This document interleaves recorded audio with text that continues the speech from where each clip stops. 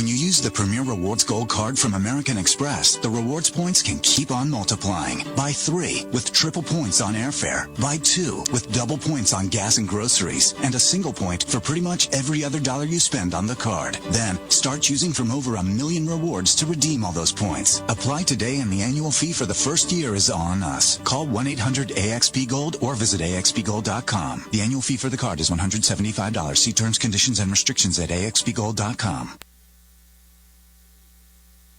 You are listening to the Critical Mass Radio Show, Orange County's business talk show, focused on exploring topics of interest to CEOs who are leading middle market companies.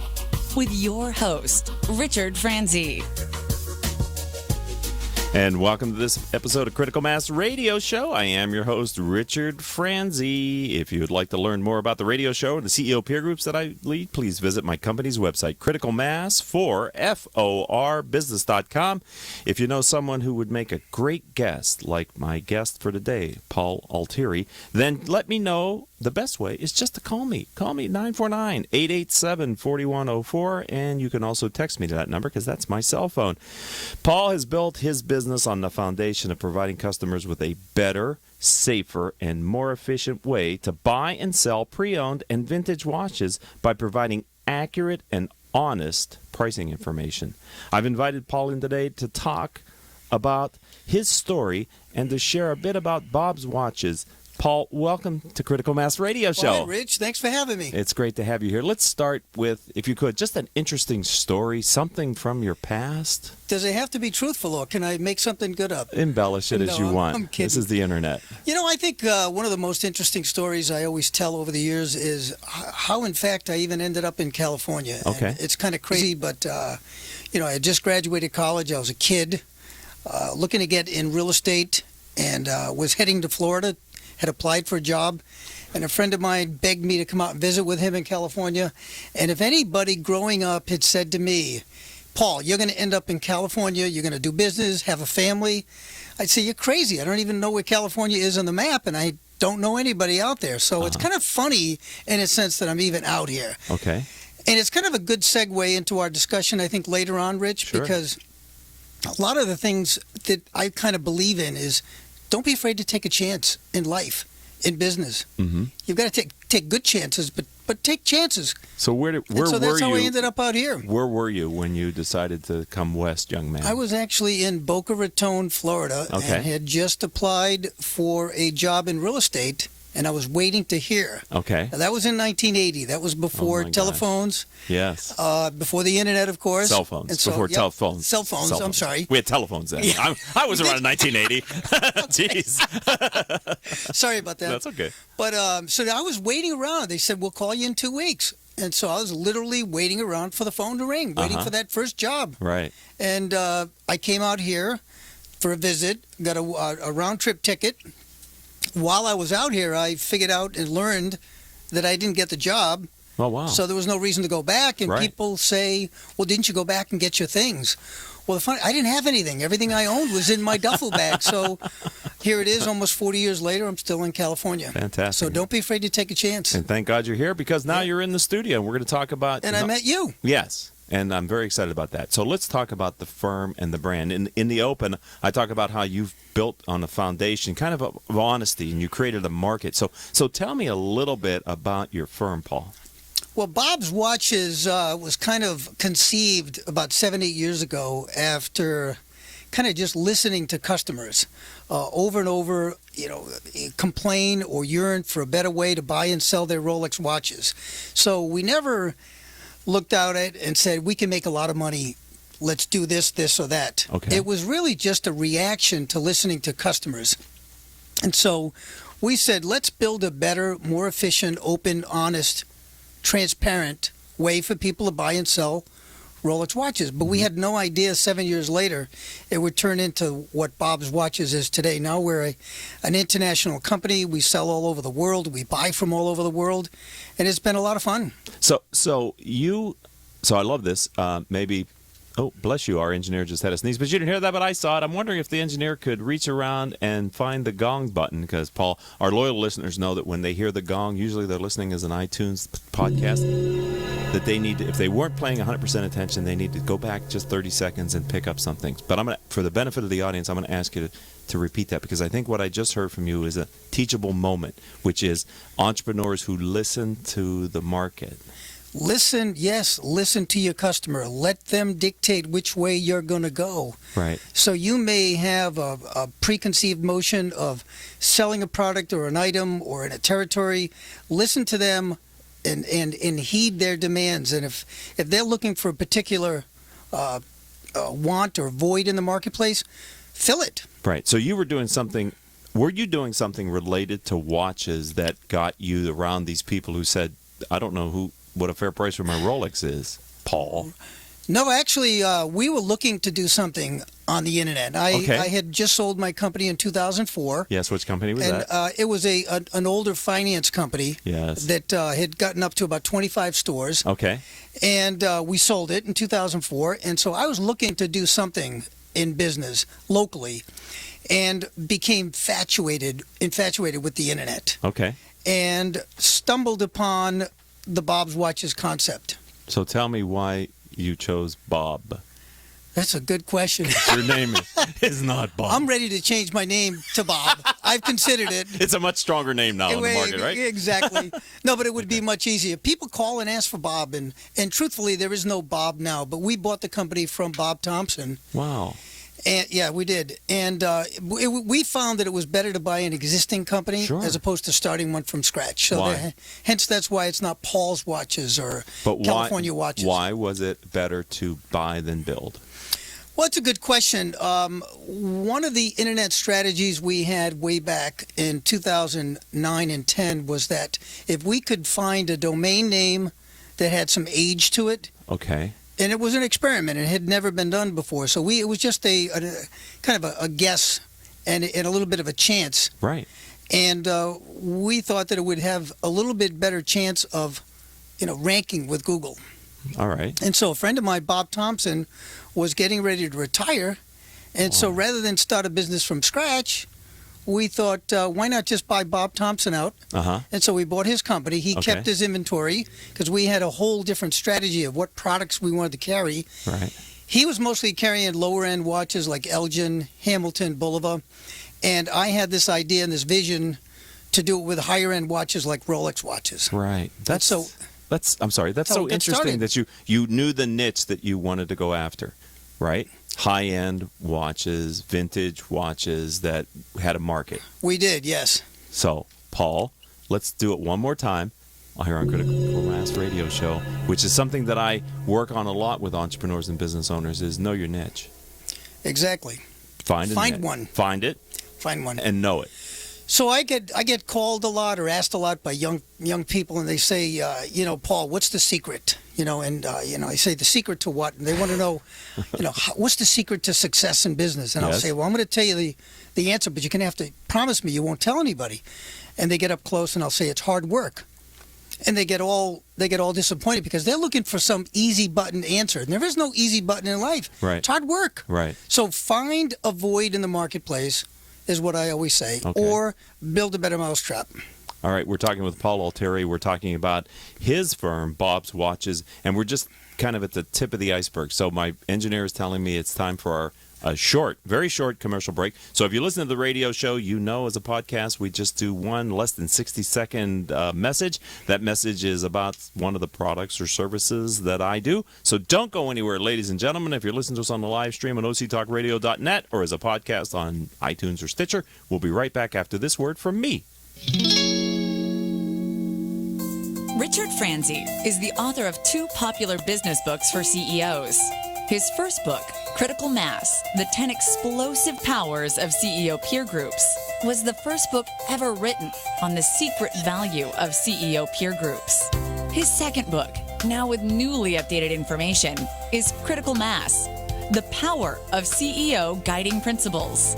Richard's books contain powerful information to help CEOs running middle-market companies gain valuable insight to improve their decision-making skills. Richard's books are available as paperbacks or Kindle versions from Amazon.com. To find them, type Richard Franzi in the search box.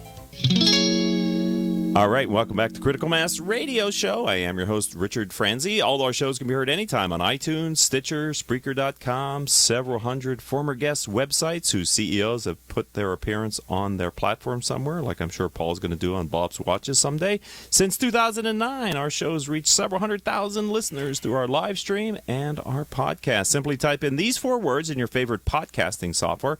The 4 words are Critical Mass Radio Show, and you'll automatically start receiving our weekly shows. All right, I'd like to return to the interview with Paul Altieri. Paul, tell me about a business challenge you faced and how you overcame it.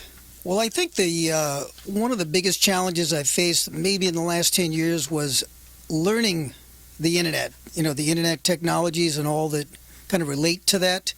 And it's a constant, ever-changing environment that any business today has to compete in. Mm-hmm. And it seems like the landscape there is always changing. So just keeping up with technology is a big job, and it's a huge challenge today for us and for pretty much anybody, between social media marketing, website presence, and the internet. It's just been it's a tough, challenging environment, in addition to all the other challenges like hiring good people. And I've been very, very fortunate to have an amazing team around me. Okay. But that's always been a challenge to businesses in the last 100 years. What's new is this thing called the internet. Yes. And so I encourage small business people and even medium-sized businesses, embrace it. Embrace change. It's not going anywhere. It's not a fad. Right. It's going to be here forever. So over the time that you've embraced the internet, it's your platform for selling your products and creating your marketplace. Have you had to put a lot of expense into driving traffic to your platform, or do you have any suggestions for people who want to drive traffic to their platform, ways to do it? Yeah, my suggestion is always to learn it yourself. Like for any small business or any CEO or of a small company, learn it, read. Get on the internet, read forums and SEO communities, and there's some great websites out there that have got a lot of information that's free, and you don't have to sign up with. But building traffic, building a presence online is huge for anybody, whether you're a pizza parlor, in your local community, or you're a global printer nationwide, or even around the world. You need an online presence, so you need traffic, and you've got to constantly write articles and build credibility on the internet. And it's a constant thing. It's not something you do, 1 week or 1 day and then take another month off. Right. It's constant need, and you've got to keep building it. Right. Okay. And when did you know? At what point did you know that the strategy behind Bob's Watches and the work that you were doing online had legs and traction, and that there was a scalable business model there? Yeah, well, I think it was encouraging early on to see that customers were embracing the trust. And I think one of the biggest challenges, getting back to the last question, was obtaining that and creating that trust and integrity in the marketplace. Right. And so here we were buying and selling very expensive items and asking folks to drop that watch or even buy that watch over the internet online through a website with a brand new company. 7 or 8 years ago, you said. Yes, exactly. So it started out one customer at a time and then grew to 2. They didn't come in busloads or truckloads. Right. So building that trust and integrity, it took a long time. So to answer your question, it wasn't overnight. Right. It took years to build it. Right. And that's a key other lesson. We won't gong you to death here on the Critical Mass Radio Show, because every time something comes out of his mouth, I feel like I could almost play the gong. But we're not going to for this one. But perseverance is important, right? Persistence. And if you believe and you have a strategy that works, you got to keep working it. Be the good guys. Yeah. Take the long road.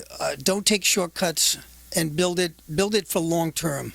Remember, you've got to eat short term, but build it for long term. Pay your mortgage. Long term value. Save for your kids' college. All the other stuff. All right. We're talking with Paul Altieri. Paul, I wonder if you might be able to share with our audience your core philosophy that you've used as a serial entrepreneur to build successful companies. I mean, is there an overarching philosophy that you have, or a view on how you approach a business, whether it was in your previous business or it's in Bob's Watches, that you can share with our audience today? Well, I think it's always been a good prudent philosophy in business, even the last 50, 100 years, to invest in good people. I found it always to be a very rewarding experience for your business, and I want to be around smart people that are fun to be around and contribute and are successful in and of themselves. So invest in good people to begin with. That's the foundation for any business, isn't it? Especially if it's a service business, right?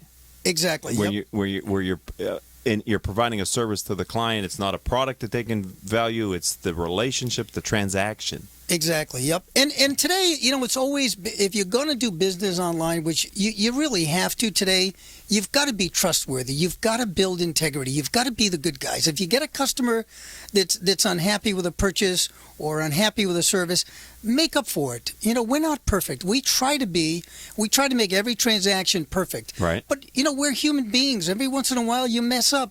Just take care of it. Make the customer happy. Right. Whatever you have to do. So this is off script, but I'm just wondering, in all the years that you've been doing this and all the watches that you've created a marketplace for, any story where you didn't, where the watch wasn't what you thought it was, or any interesting story of where people...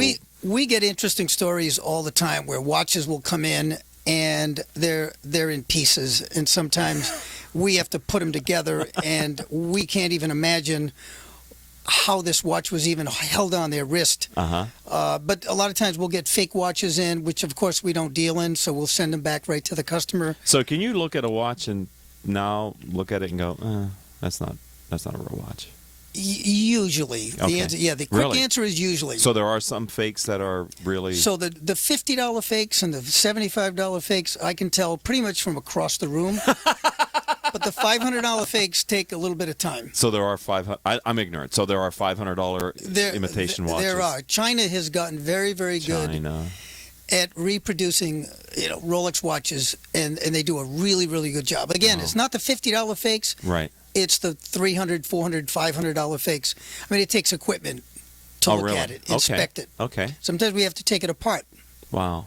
Yeah, they're getting real good. Right. But you're doing all that to build an honest platform for your consumers to know they're buying what they think they're getting. Absolutely. Right? You 100%. have to go to those extremes. And we guarantee it 100% because we don't want to sell a product that's even 99% authentic Rolex or authentic Patek Philippe or Cartier. Yeah. It's got to be 100%. Right. You've got a brand to maintain. Absolutely. Brand reputation. And it's more important than price. I mean, people are concerned nowadays about price, and of course price is important. Sure. But first and foremost is, am I buying a legitimate watch? And when you're talking about a Rolex watch, there are a lot of counterfeit product out there in the market. So let's go back then 7 or 8 years. Is that what was the idea behind Bob's Watches, to take that concern off the table in the marketplace for people to buy? I felt like people were not doing a good enough job. And I felt like it was long overdue for someone to come in and build a better, more efficient, open, transparent, and I know it sounds cliche, right? But a trustworthy, environment, a platform, a marketplace where people could buy and sell, and they could see both prices of the watch, whether they were buying the watch or selling the watch. Wow. So it was a little bit of an experiment, and it was a little bit dicey. We didn't know if it would take off. It had never been done before, this exchange model. And so to that extent, I didn't know if it was going to work. Would people get it? Would they understand it? Would they send me their watch? Would they buy a watch from me? There's a lot of questions there. It was a long road. Right. Yeah. Did anyone who you were telling your idea to go, "Are you crazy? That's never going to work"? There had to be some skeptics. There were plenty of people that said, "Why would you do that? Why would you list both prices? Why would you tell people how much you're making? Why are you giving away your margin?" And I said, we'll make it up. Exactly. We'll make it up on volume. We'll make a little bit of profit. And at the end of the day, we're trying to make 5 or 10% profit. And if we do everything right, there'll be a little bit of profit, but we'll make it up on volume. Right. And we'll let people know. They'll be able to see both prices. So how has the market for vintage and pre-owned high-end watches changed since you started this practice in this business? Well, that's a good question too, because I think like any other industry or business, it has had, the internet's had a profound impact on almost every industry. Right. And so you've got to embrace the technology. You've got to embrace the changes. So like other industries, the watch industry has been disrupted by the internet as well. So you had a lot of large brick and mortar businesses selling watches that maybe didn't make it, or they weren't as successful the last 10 years because of the internet, and maybe they didn't embrace it as much as they could, and maybe they fell behind. I mean, a good example of it is Blockbuster Video. Yeah. And why are there no more Blockbuster Video stores? It's because Netflix came along and ate their lunch. Right. Much better model. Exactly. Okay, so off script again, it feels like you were the disruptor in that space, though. Well, one reporter once told us, so you're like the Uber of the watch industry. Right. And I had never heard that before. Right. And I said, I don't know, is that a compliment or an insult? You disintermediated the way people were transacting the watches using technology, right? I guess to some extent, yes. No, you did. I mean, you've built a platform that is probably one of the premier places people go now. I had some good help. Okay, you're a modest man, but you're the entrepreneur behind it. This is your success. This is at least your second successful entrepreneurial venture. At least, yes. Is there more? Yeah, hopefully there'll be more. Thinking about opening up a radio talk show. There you go. Don't say that because Paul, the owner of the radio station, won't let you leave now. We'll talk later. You might be a prospect. Yeah, he'll get you on this fun. platform. It is fun. Time flies, and you're sharing good information to hopefully an audience that's interested in listening. What's the biggest risk you ever took in business? Oh, I think coming here and doing this interview, aside from that? Yeah, no, aside from that. You've done countless interviews. I think the exchange model was a huge experiment. It was a huge risk. Would people get it? Would they understand it? By listing both prices, the buy and the sell. Yeah. And basically, too, Rich, I don't know if we talked about it, but it's kind of modeled after the New York Stock Exchange, where if you want to know what IBM stock is trading at, you can pick up any newspaper around the country, and you see a bid and an ask, which is a buy and a sell price. Yeah. I said, why not for watches? Why couldn't it work? But it still was an experiment. It had never been done before for watches or any product.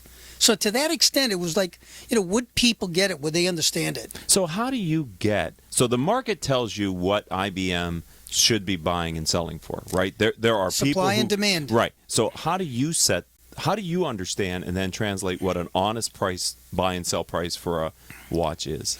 Well, we participate in the market. We're a big participant in the market, but we're not the market. The market's much bigger than us. But what we are is kind of the pulse of the market. So we're a good barometer, or kind of like the Kelley Blue Book, if you will. Okay. So you can go on our site and you can kind of gauge the supply and demand. So if we see, for instance, that a particular model is getting short on supply, we'll start to bump prices up. Oh, wow. What we're willing to pay for it. Okay. Because we need the product. But so that will bump prices up. So as supply gets scarce, prices will just automatically go up. Now, they won't go up a lot, but maybe 5%, 2%, 10% max until it until it equalizes out. Right. And the same on the downside as well. If we're getting too large of an inventory of a particular model or product, you might see prices come down a little bit because there's too much supply. And not enough demand. Are you saying in your model then that you are holding the inventory for resale? We are, yeah. We actually take physical. Okay, so it's not that Paul, the producer of the radio show, sells Rick the watch using your platform. He sells Paul, the owner of Bob's Watches, the watch, who then sells it to Rick. Exactly. We're the intermediary. Okay. We buy it. Okay. Yep. So you're setting the market based on... We step up and we are the market, right. yes. Yep. Right. And so do you have any estimate of how much of this market Bob's Watches is accounting for now? That's a good question. I try the to market ask good questions on the show. Yeah, you do. I did my homework. Yeah.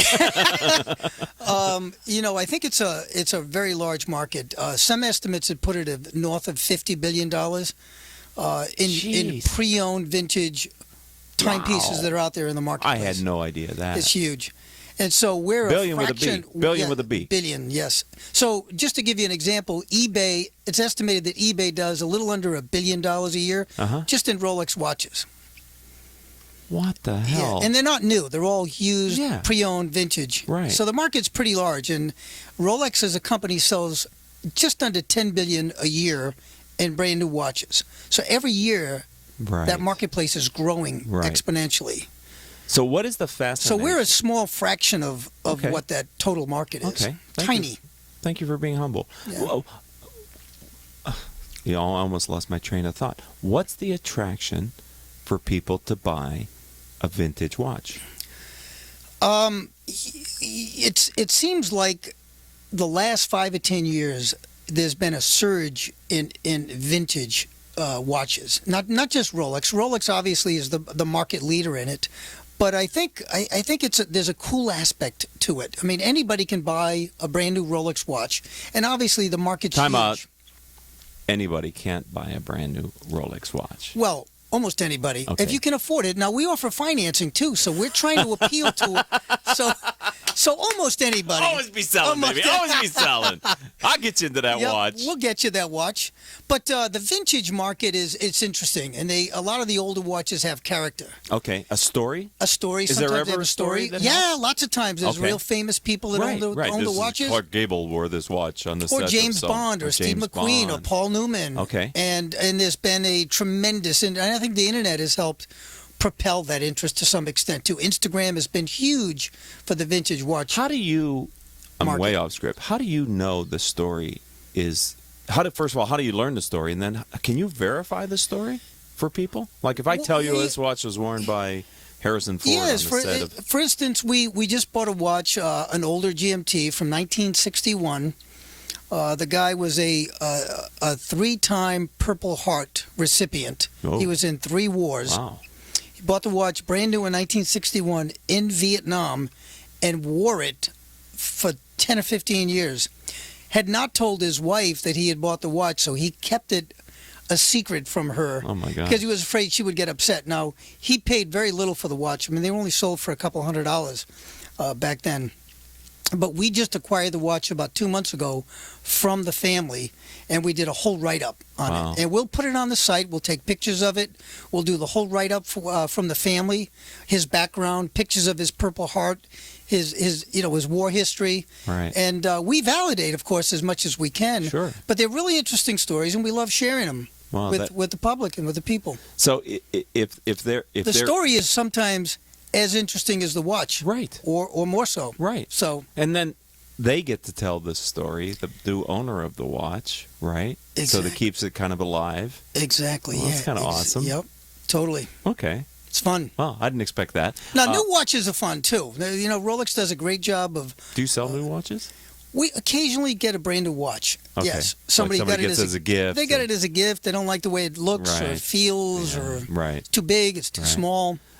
That happens. Okay, I understand that. So we're talking with Paul Altieri. Sorry, I usually announce who I'm talking to, but hopefully you're way so, off script. You're so interested in it. Yeah, like they're kind of, and we're talking about his firm Bob's Watches, and we're talking just a few more minutes here on Critical Mass Radio Show and podcast. What's the future hold for you? Good question. Hopefully it's good. I think there's a lot of things we could do. Continue to grow organically is probably number one. We could also, someday, if I get enough energy and enthusiasm for it, open up in Europe somewhere. I think it would open up the whole international market if we were in Europe. Yes. Yes. Uh, Asia? No, probably Europe. Europe? More. I mean, Asia maybe after Europe if Okay. I continue to have enough energy Sure. and enthusiasm. But you're on a platform that could service the world, aren't you? I mean, you're on the internet. We could, but there are issues with shipping and customs duties. So okay. if we got inside the EU, So there wouldn't be any Okay. customs, and we'd be able to trade freely between those 17 or 18 countries. I see. So there's a huge advantage to being there. So yeah, you're right. It would be better if we could just stay here and service internationally Mm-hmm. from California, but logistically it would be a little bit more a competitive advantage to be located in Europe somewhere. Any sense for what the vintage market is in Europe as compared to the U.S.? That's a good question. I think the U.S. is always the biggest market It is for the almost biggest any- economy in the world. so- Yeah, so I know it's going to be less, but is it half? Is it 40%? I really don't know, but I would guess it's sizable enough for us to be there. Okay. And you're seeing from the returns on the business and the growth that you still have legs just focusing in North America. We do. We're still growing at 30-40% a year, and we feel that's sustainable 30 growth. or 40% a year. We are, yes. Yeah, knock on wood. Yeah. Any wood left? Yeah, this is Yeah. veneer, but there's wood in there Yeah, somewhere. so we're just grateful and real happy and content with that kind of growth. Uh-huh. And I've been to your marketplace here in Orange County because you do have a storefront, yes? We do, yes. So if people are in Orange County and they want to come by, is that appropriate to come by your storefront? Totally, yes. We have a lobby. We've got, staff, a sales staff there to help people. We get people that fly in from, out of the country to come in and visit. We get people from London and South America. We get people from Europe occasionally. Now, not a lot of people, but we're close enough to LAX that people can fly in from almost anywhere to LAX, and then we're only like a 45-minute drive south. Right, and you're a beautiful part of the county, and not too far from the ocean. You got all that going for you. We do, yes. Well, I think there's so much traffic, tourism, and business that comes to Southern California. It would not be difficult to imagine that some of these people could come by your shop if they thought about it. And a lot of times we had people that came down about 3 or 4 years ago from Toronto, and they made a vacation out of it. Wow. They went to Hollywood, they went to Disneyland. Right, there's a lot of other things to see here. And they sold me their Paul Newman Rolex. So how good was that? It was great. It was literally Paul Newman. No. It was a watch that he wore, like one that he wore. Okay. Yeah. So is there one, it's a pyramid, I'd imagine, of value and perceived desirability. Is there a watch that sits at the top of that pyramid that is the holy grail of vintage watches that people hard to get? Or yeah, that's a tough question to answer, but I would still say that the Paul Newman is still, it's not the most expensive, but it's certainly one of the most desirable vintage collectible watches. Why? I think a lot of it has to do with Paul Newman. Really? Yeah, and the fact that he wore it. It's a watch that his wife Joan, apparently, if the story is correct, gave him, I think, on one of his birthday years ago, and so he wore it every day, pretty much on his wrist. And so I think, and then the Italians in the late '90s and early 2000s started buying up these Paul Newman Daytona models. Okay. And they really drove the price up, and so they're the watch to own. Wow, there you have it, ladies and gentlemen. Look for that watch. All right. It's not affordable, but it's collectible. Okay.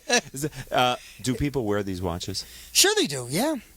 Okay. Yep. So even though they're a collectible watch, they'll still wear it. Yeah, it's still very durable. These watches were made as tool watches, by Rolex years ago when they were conceived, whether it's a GMT or a Sea Dweller, they were made to be worn, used, and enjoyed. Okay. Yeah. So they're sturdy. They're sturdy and durable. All right. So if someone wants to learn more about Bob's watches and your story, where do you suggest they go online? Go online. Go to this search engine called Google and type in best place to buy a Rolex, and hopefully we come up. Okay. Number one, hopefully. But you just don't only sell Rolex. We don't. No, but it's probably 90% of what we do, Rich. We do sell Patek Philippe and Cartier and pretty much all the other brands, but Rolex is still 90% of our business. That's an amazing company that they have been able to maintain their position for as long as they have. Yeah, that's another. Maybe you could have them in for an interview. Do you know anybody that might open the door for me? I wish I did. Okay. I wish I did. Could you work on that a little bit? I will. I'll get back to you. You're in the industry. You know people. People know you. Of course. Okay. Yeah. So one more time, if people want to find out more about you, where do they go online? Go to bobswatches.com. Simple as that. Yep. Love to help you. Yeah. It's worth viewing, right? Just to see the kind of product. Well, they're pretty pictures and there's great articles. Right. It's an interesting read. If you're great information. If this interview has made you curious about this marketplace in general, then this is the site you want to go to kind of understand what's all going on there in vintage and used high-end. These are high-end watches. Yes. All right, sir. Thank you for being a friend of the program. Well, thanks for having me. It was fun. My pleasure. Welcome to the Critical Mass community. Love to be here. It's great to have you. It's been a kick in the pants. I've been looking forward to having you on the show for some time. Thanks, Rich. All right. I'd like to thank what's your name? Paul Roberts. That's right. Forgot him. I was whatever. Paul, who's not only the engineer, but he's also the station owner. He owns this OCTalkRadio.net. And our producers are Joan Park, Crystal Nunley, and Haley Stern. I'm your host, Richard Franzi. If you'd like to learn more about this radio show or the firm that I lead, visit my company's website, criticalmass4FORbusiness.com. And until our next show, I hope all of your business decisions will move your company in a positive direction.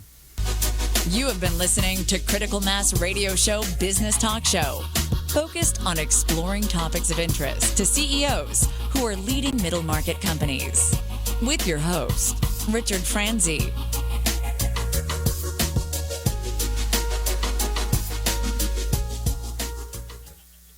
When I was young, I dreamed of being a cattle rancher. I wanted to be a professional basketball player. Children have many hopes and dreams. But there is one thing that all children grow up to be: citizens. Hello, I'm Justice Sandra Day O'Connor.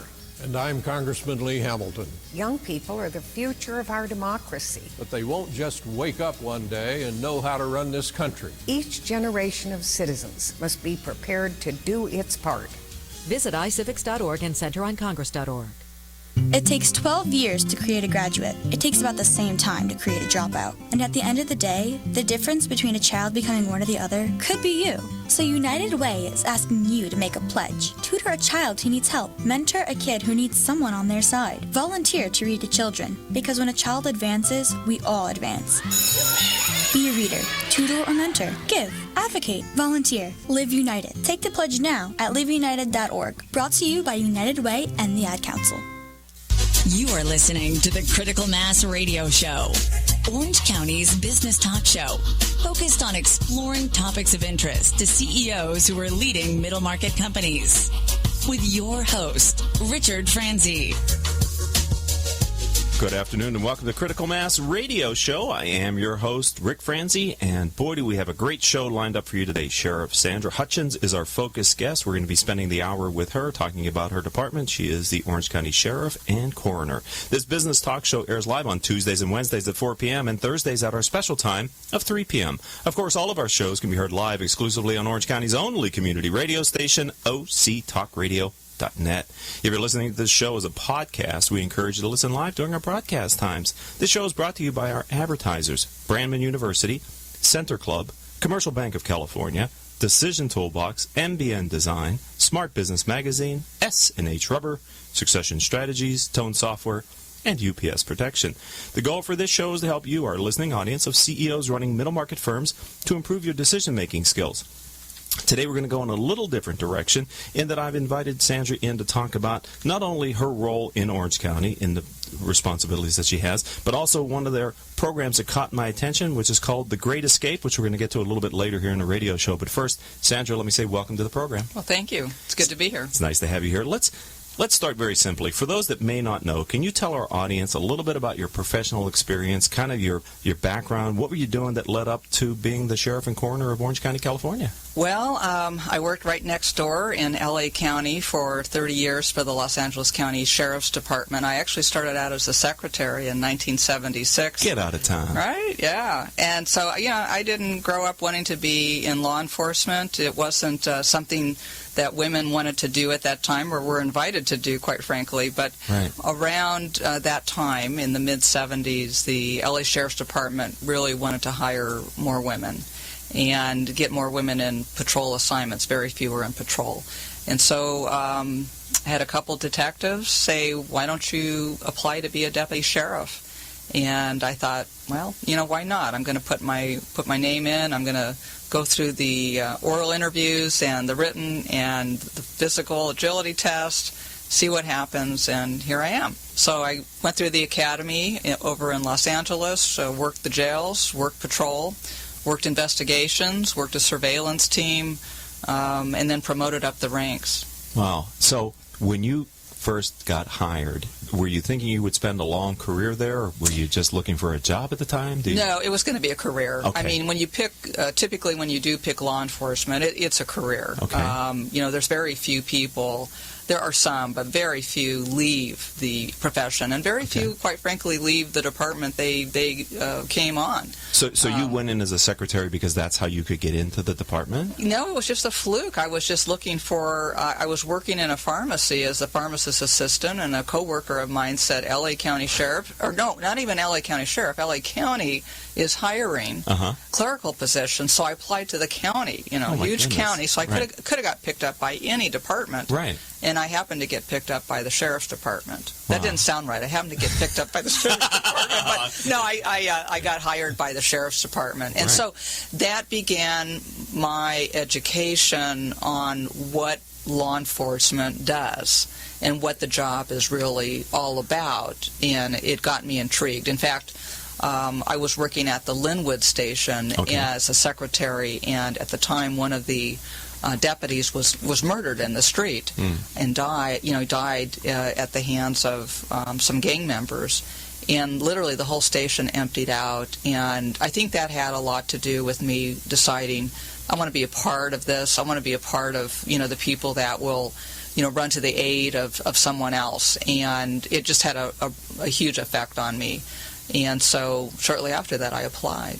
Yeah. So you were with the L.A. Police Department through some challenging times as well? L.A. Sheriff. L.A. Sheriff. I'm sorry. L.A. Sheriff's Department through some challenging times. Absolutely. Yeah. Every agency has its challenges, and I worked a very busy area, and a lot of activity, a lot of crime. So you were able to retire from the L.A. Sheriff's Department? Yeah, I did. So what happened that now you're in Orange County Sheriff? Tell me about that. Well, I was living in Dana Point. Nice. My husband was retired for years. I was commuting to L.A. for about 10 years. And so I thought... You were commuting to L.A. for 10 years. I can't imagine. Person. I can't think about that now. I think of every reason not to go to L.A. now. No, and so I had 30 years, and so I decided I would retire and had no plans to do anything else in law enforcement. I was going to do what everybody thinks they're going to do. I was going to write the great American novel, Can't wait to read it. Yeah, and so I was retired for about 9 months. Wow. Actually, all of the articles were coming out about the Orange County Sheriff's Department, and Sheriff Corona was having the legal issues, Sure. And so the Board of Supervisors was going to do a nationwide search for a sheriff, and so my husband said, why don't you throw your name in the hat? Your husband said this? Yes. And so I did. Good man. I did, yeah. So I think I was disrupting his retirement routine. I'm not sure if that was it or not. But Sandra, you need to get back to work. You need to go to work, yeah. I need you out of the house. Wow. But so I did, and I knew I was a long shot. I thought, other people have run in the county. I did not know any member of the Board of Supervisors. I was not engaged politically in this county. And so I thought, well, what do I have to lose? Right, what do you have to lose? And so here I am. So at first you were appointed to the position, is that correct? I was appointed in 2008. Okay. And finished out the former sheriff's term. And then I ran in 2010. I had two opponents, and I won in the primary on that. Wow. So what's that like to be an elected official? I mean, is this your first elected? Oh, yes. So when you were the LA sheriff, you weren't an elected official? No. Okay. So No. So this is your first instance of being an elected official? Absolutely. And, I think sheriff is a little bit different. It's a nonpartisan position. Good. So and it should be. Yeah, it should be. It isn't in every state. In some states like Florida, it is a partisan position. And I think that it's a little bit different being an elected and nonpartisan, because what I'm doing is I'm the CEO of the Sheriff's Department. I'm running a Sheriff's Department, but the sheriff is elected, and I think that's a good thing. And I think it's a good thing that the sheriff's position is not affiliated with one party or another, because you're there to respect everybody's rights. Right. And I think it could have a chilling effect if you are connected to one party very overtly over another party. Right, I agree. You should be elected on your merits of what you believe and your pedigree of your background and profession. Right, and it's all about, with the sheriff and law enforcement, it's all about you follow the law and make sure that it's applied fairly to everyone. Right. We're talking with Sandra Hutchins. As you hear, she is the sheriff and coroner for Orange County, California. We're going to take our first commercial break here on Critical Mass Radio Show. We've got a lot more to come back to. Matter of fact, I want to get a little bit deeper into the sheriff's department. Sandra, maybe the size of the force, the number of the jails, just kind of give our audience a sense for the organization that you're the CEO for. So Stay tuned, ladies and gentlemen. We're right back after these words from our commercial sponsors.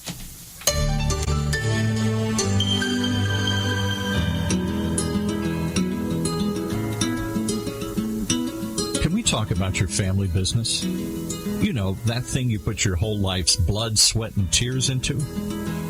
Well, what happens when you retire or try and pass that business on to your children? At Succession Strategies, we can help you find the answers. We'll guide you through the unsettling process of protecting your family legacy and successfully passing your business on to the next generation, safely and securely. ensuring that it'll both survive and thrive for generations to come. So ask yourself just one question. Can I really afford to wait? Take the first step. Take our complimentary self-assessment at successionstrategies.com or call us at 714-560-9022 to set up a free consultation at your convenience. That's succession-strategies.com. Today's businesses are embracing voice-over IP telephones and unified communication desktop technologies to more effectively communicate and collaborate with their customers, suppliers, and colleagues. The Reliatel management software from Tone Software Corporation helps organizations of all sizes manage their communications technologies to ensure great voice quality and better levels of service and reliability throughout their business. Through Reliatel, you'll gain higher return on investments from VoIP and unified communications technologies while lowering the associated operational support and maintenance costs. Learn more. Visit www.tonesoft.com or call 800-833-8663 for information on Reliatel by Tone Software, the solution for quality business communications. I'm speaking with Sudhir Chadalabada, Chief Culture Officer for Commercial Bank of California. Sudhir, can you share with us the unique culture your bank has? Absolutely. As a former operating officer and a strategy officer, I believe and we believe culture is at the heart of everything. Culture is not what we say, but what we do. Happy, engaged employees clearly translate into better products, better services, better innovation, and more profitability. And in the process, we build a purposeful organization. So purpose and profitability go hand in hand. Professional achievement and personal fulfillment reinforce each other. That's what we believe in. That's what we practice. That's what we do here at Commercial Bank of California. Culture is at the heart of everything. It drives performance, happiness, engagement, innovation.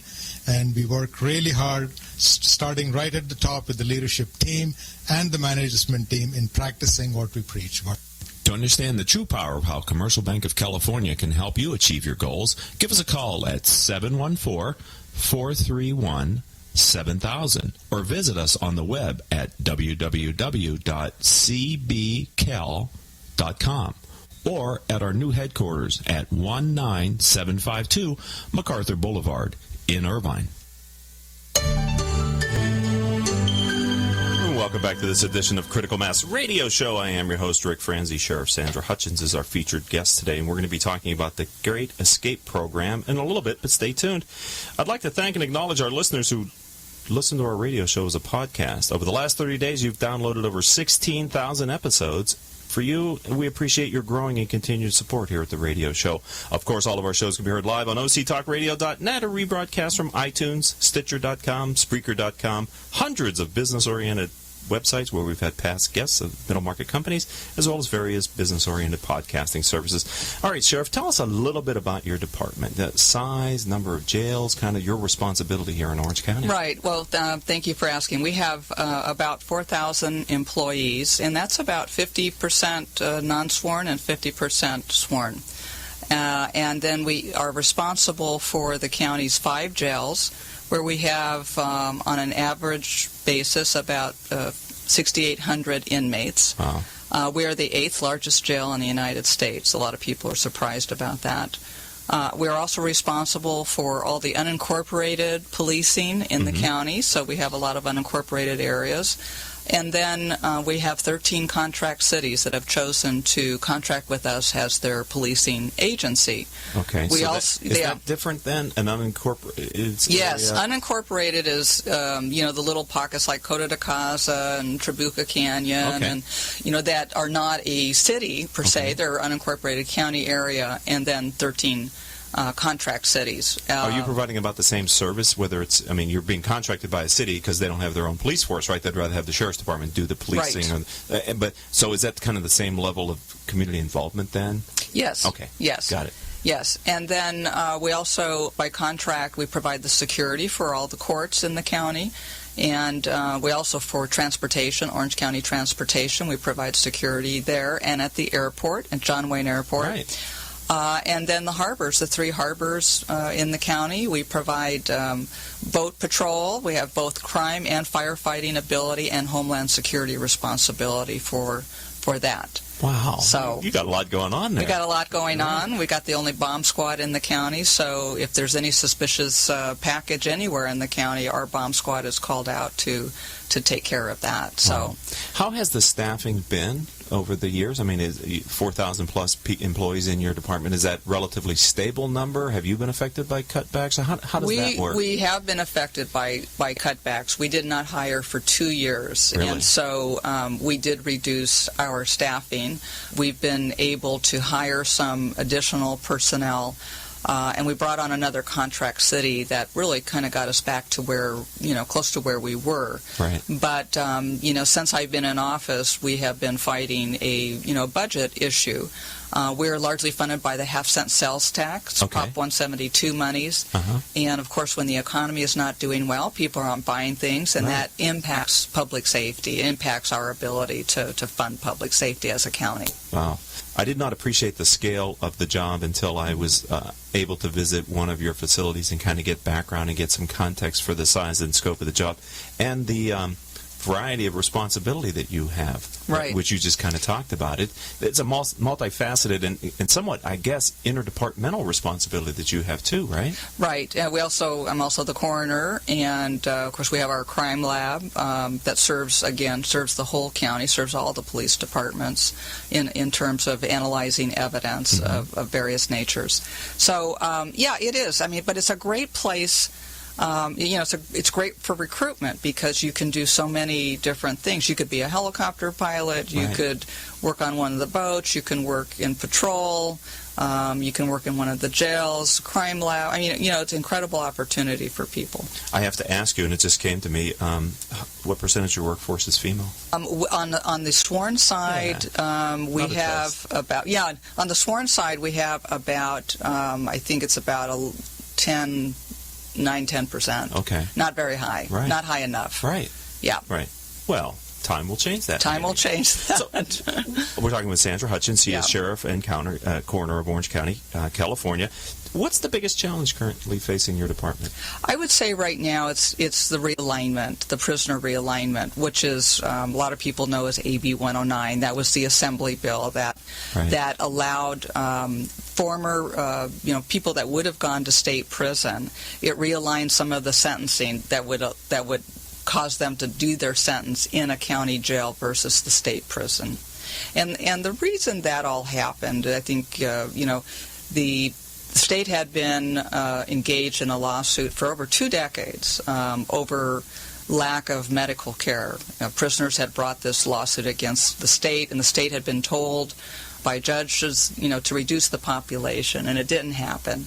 And so it got to critical mass, the name of your show, Critical Mass. Thank you. And so Governor Brown had to come up with something, some way to deal with decreasing that population, because the state, we were going to start getting, fined daily for millions of dollars, or they were going to have to release tens of thousands of prisoners to the streets.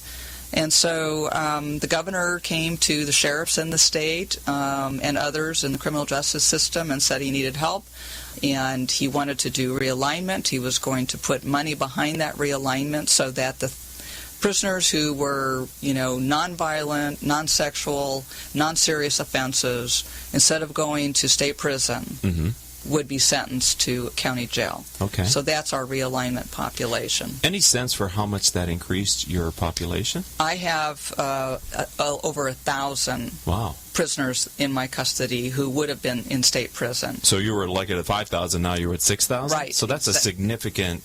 Yeah, some of that is increases in our own county jail population, okay. but at least 1,000 of that is due to realignment. Wow. Yeah. So that's why I wanted to talk to you, because when I met you the first time, which was at a Rotary event that you were the guest speaker for, part of what we talked about is, how do you help and what are we doing to help inmates learn skills and trades so that maybe they stop a life of crime. And so we're going to be talking about, and I didn't realize the program was named The Great Escape, and after our next commercial break, we're going to come back, we're going to talk about that, because I think that has a real focus and appropriateness for the Orange County business community, because I think from what I learned from Greg Boston and other members of your staff that I spent the time with at the farm, it's a holistic approach that you're taking to solving this problem of recidivism and trying to help inmates learn different life skills and coping skills so that they don't return to prison and to a life of crime. Exactly. So yes. It's an amazing program, ladies and gentlemen, and one that I think the Orange County business community can certainly participate in,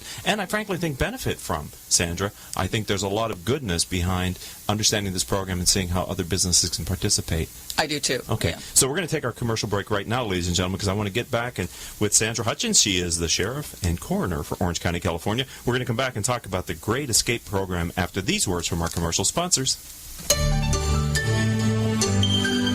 Imagine what it would feel like to lose everything. Your job, your home, your family, your dignity. This has happened to thousands of the men, women, veterans, and young adults we serve at Working Wardrobes. What do we do to help? We provide career development services, life skills workshops, job skills training,